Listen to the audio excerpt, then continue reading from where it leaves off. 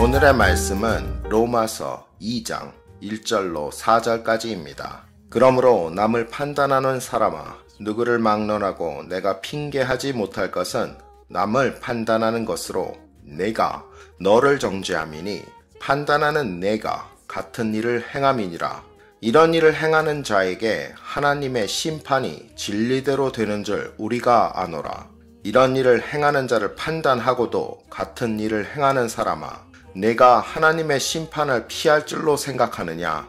혹 내가 하나님의 인자하심이 너를 인도하여 회개하게 하심을 알지 못하여 그의 인자하심과 용납하심과 길이 참으심이 풍성함을 멸시하느냐?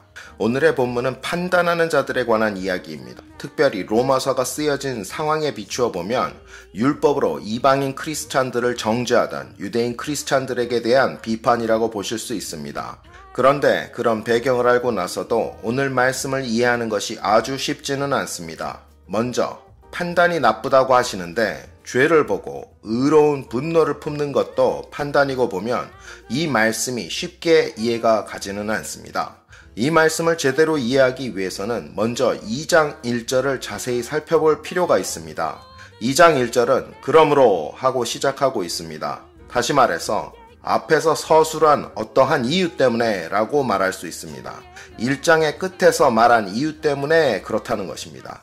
1장의 끝에서는 하나님을 떠나 자기 스스로 지혜롭게 여기는 자들이 행하는 죄에 관해서 나왔습니다. 그런데 2장에서 말씀하시는 판단의 죄가 1장에서 나오는 죄들, 스스로 지혜 있다 하나 어리석은 자들의 죄와 연관이 있다는 것입니다. 조금 감이 오십니까? 이방인들의 죄가 행위의 죄였다면 지금 오늘의 본문에서 나오는 죄는 생각의 죄, 마음의 죄라고 할 수 있을 것입니다. 행위의 죄와 마음의 죄는 완전히 다를 것 같지만 그 뿌리는 같을 수 있습니다.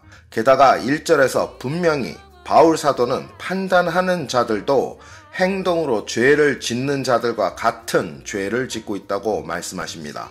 그렇다면 행위로 드러나느냐 생각으로 드러나느냐의 차이는 있지만 이 죄들은 그 근원이 같은 것으로 이해할 수 있을 것입니다.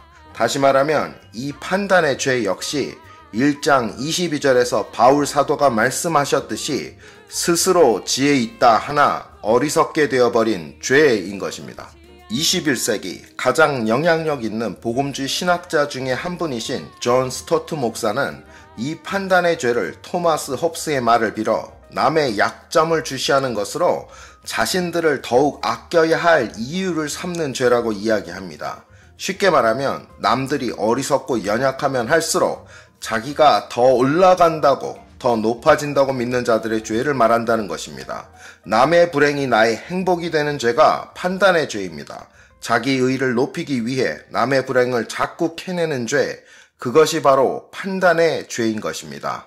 그러니 하나님을 떠나 사는 형제와 자매들을 안타까워하면서 하나님의 도를 가르치는 전도와 비교를 한다면 이 판단하는 죄가 얼마나 가증한 것이겠습니까?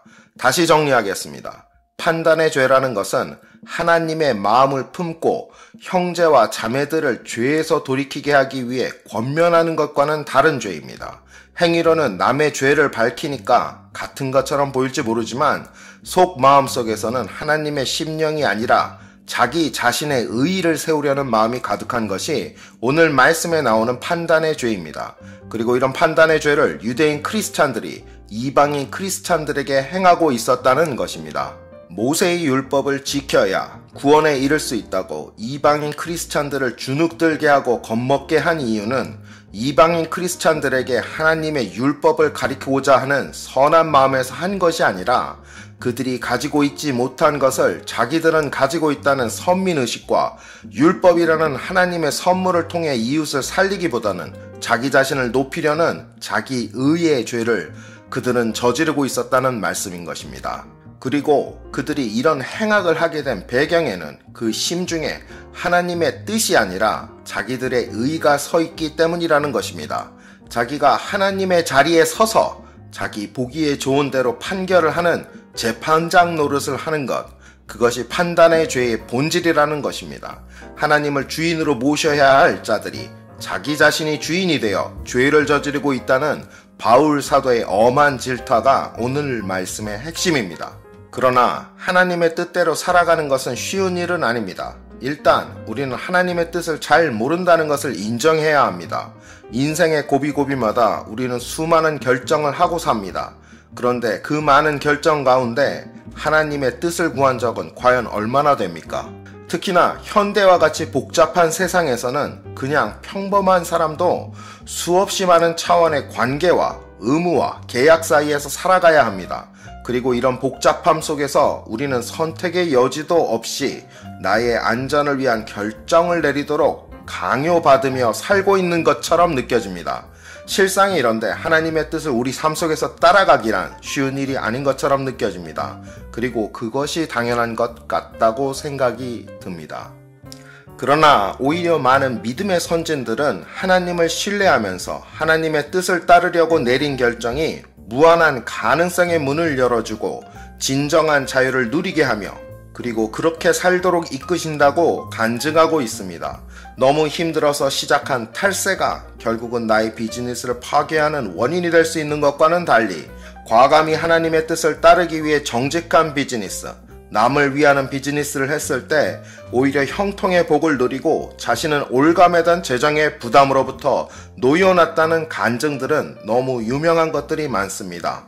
세계 최초의 억만장자이자 자신의 재산의 절반을 사회에 환원한 록펠러가 그렇고 이번 가을에 우리 교회에 오셔서 간증을 해주실 하영록 회장이 잠언 31장을 자신의 비즈니스 원칙으로 삼아 사업을 오히려 엄청나게 성장시킨 간증은 너무나 유명한 예입니다.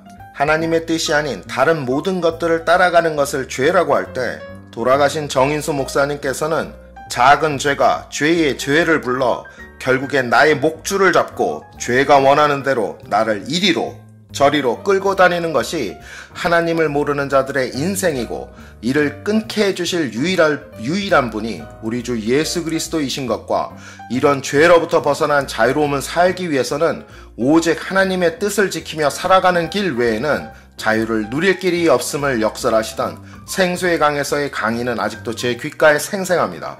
그러므로 우리 부부들도 서로 간에 나의 뜻으로 상대방을 바꾸려 하거나 마음에 안 들어 하기보다는 나의 반쪽을 저렇게 빚어놓으신 하나님의 뜻을 묵상해보는 계기로 삼아보는 것이 어떻겠습니까?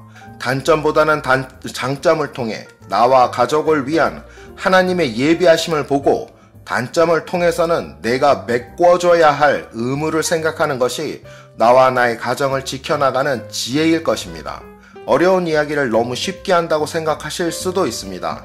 그러나 그 어렵다는 새벽 제단 지키기를 생각해 보십시오. 새벽 제단을 지키다 보면 결국 깨닫게 되는 것은 내가 새벽 제단을 지키는 것이 아니라 새벽 제단의 기도의 자리가 나의 인생을 지켜주는 것이라는 깨달음인 것은 수없이 많은 분들의 간증입니다. 여러분 자신의 배우자를 하나님의 눈을 통해서 보시기 바랍니다.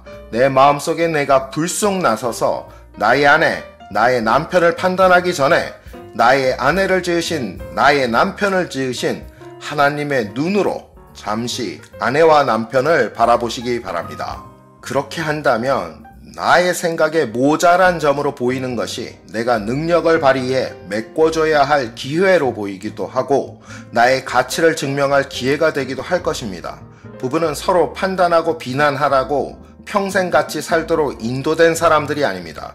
그리고 부부는 따로따로는 모자란 부분이 있는 존재들인 것이 당연합니다.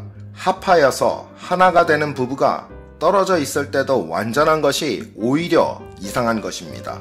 그러니 서로 간의 모자란 부분은 내가 하나님의 뜻 안에서 메꿔줘야 할 기회인 것입니다. 그 기회를 마음껏 사용할 자유가 우리 모두에게는 무한대로 허락되어 있습니다. 그게 하나님께서 우리를 지으신 또 하나의 신비입니다. 그 자유를 사용하며 하나님께 영광을 돌리시는 우리 모두가 되시기를 우리 주 예수 그리스도의 이름으로 축원드립니다.